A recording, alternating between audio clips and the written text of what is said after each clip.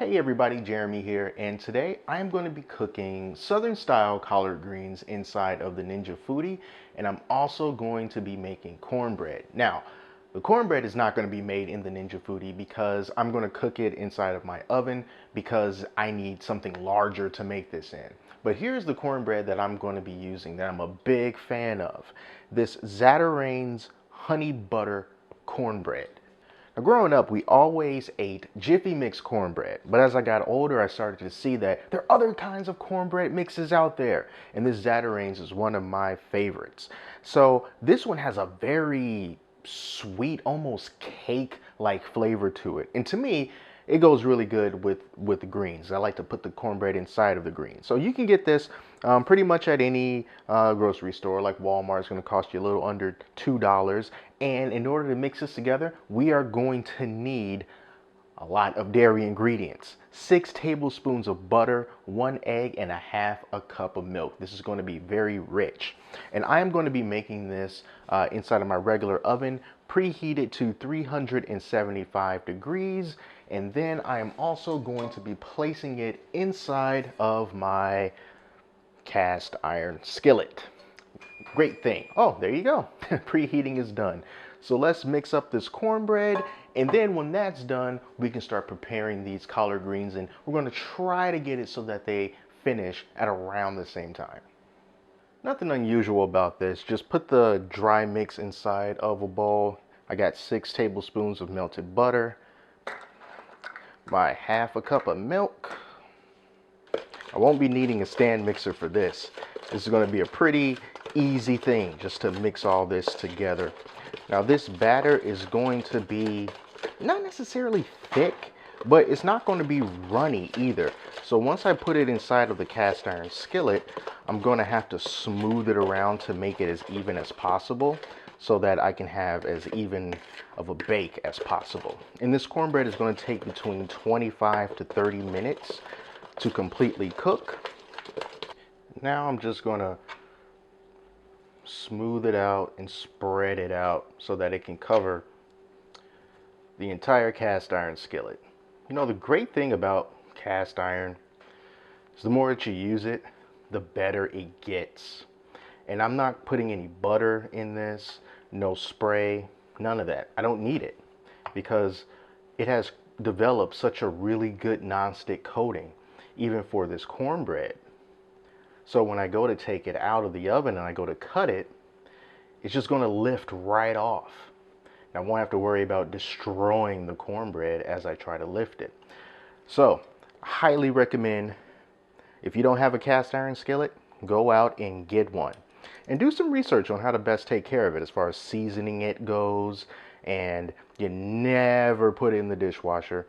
Never wash it with soap. Always just water and a gentle cloth. And things just lift right out of it. Over time, it could be just as good as ceramic. So now let's get started on these greens. We're going to pressure cook the greens, but before we do that, I'm going to be adding some onion and some bacon to it as well. So I want to sear/saute them first before adding in the greens. So I'm going to turn on the Foodi and I'm going to hit the Sear Saute button. I'm going to put it on high. I'm going to leave it there on high. I'm going to give it about 5 minutes to heat up.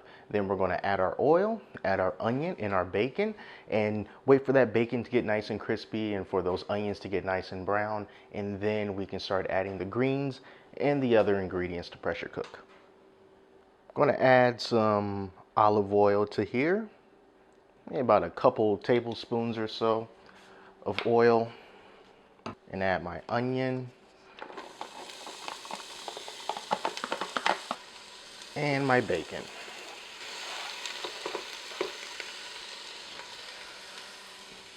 So that was about a half of an onion and about 3 strips of bacon that I cut up. Now you can add more.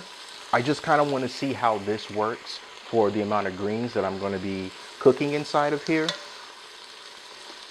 But the goal right now is just to get it so that these onions are nice and brown and cooked, as well as the bacon. And then we are going to add a little bit of broth to this, a little bit of apple cider vinegar, and then add in the collard greens and start the pressure cooking. Now, pressure cooking is not going to take long. It's only going to be about 4 minutes of pressure cooking, and then we're going to let it release naturally for about 10 minutes or so.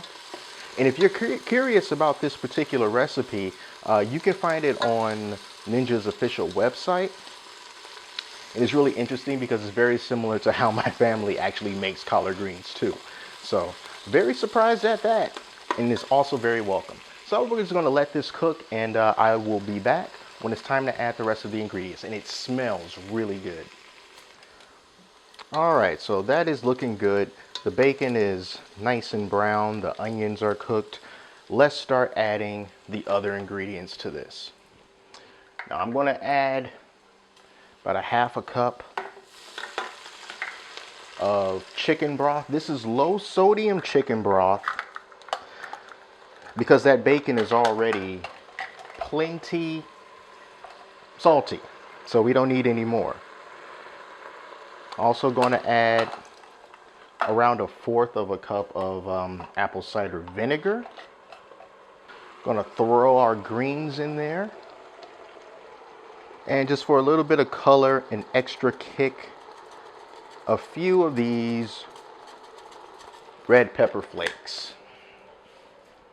Now let's get this all mixed up.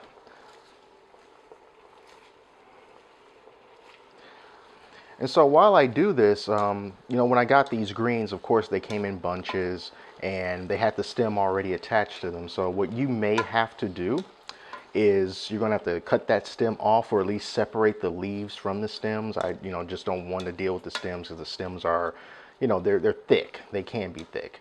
So preparation for this could take you a minute as you try to separate everything. And with these greens, as with any other kind of leafy vegetable, when you cook them, they are going to reduce down. So it may seem like you have a ton, but at the end of the day, you actually don't. All right, so now that everything is mixed up, we are going to start pressure cooking this. So I'm going to put the lid on.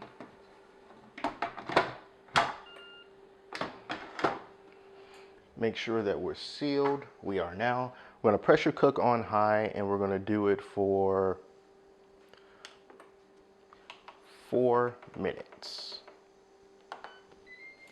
It should come up to pressure pretty quickly since everything in there is already nice and hot. We got that liquid in there. So after the 4 minutes of pressure cooking is done, I'm going to let it naturally release for about 10 minutes, and then we'll do a quick release, and then it'll be done. And as for this cornbread, we got about 11 minutes to go before we hit the 25-minute mark, and it should be pretty done by then. Cornbread is all done. Look at that. So that's a good color. That's what I like to see, and a good indicator of how to know if it's done. If I can just look along the edges and just kind of see that it's sort of separating from the edge, that's a good way to know that it's done. You can also stick a fork in there and make sure that it's done. Make sure that there's no liquid coming out. But yeah, I'm pretty sure that this is all the way done. And the pressure cooker just passed 10 minutes. So I'm going to release the pressure on that now, and we can eat.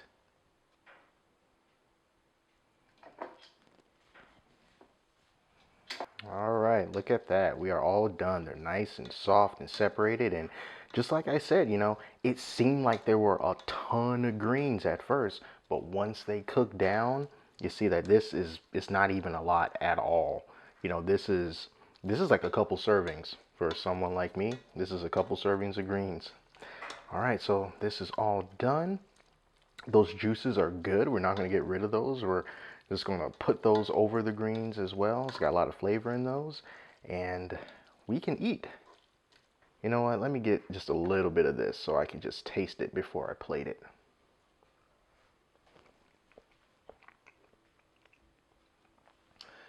Oh man, those are good. Yes, I was a little bit worried, but man, they're soft. They're not leafy anymore. I mean, this is similar to just how mom and grandma made them. Awesome. All right, let's get this onto a plate. So I went ahead and I mashed one of the pieces of cornbread into these greens just the way I like it. and I'm gonna give it a taste. I know it's not the most elegant looking thing in the world, but trust me, this is good eating. So let's see how this turns out.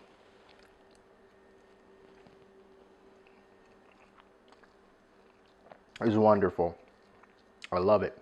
And I'm not really a fan of spice, but I decided to put those red pepper flakes in there anyway, just to see how it's going to turn out. I don't mind it. I don't mind it. You can definitely leave it out if you're not a fan of spice. But these are good. And I actually have some chicken that I cooked in the Ninja Foodi earlier, and I'm going to have that along with this as well. So, man, this is a great way to make some greens. Instead of just putting them in the pot and putting them on your stovetop, now you can just do it in your Ninja Foodi, pressure cooking them for 4 minutes, and you are done. So, another successful recipe. And once again, if you want the particular recipe for this, Ninja does have one on their website. I'll leave a link in the description to that particular recipe. And it is a smashing success. So go ahead and try it. Thank you all so much for watching. Until next time, I'm Jeremy, and I'll talk to you later.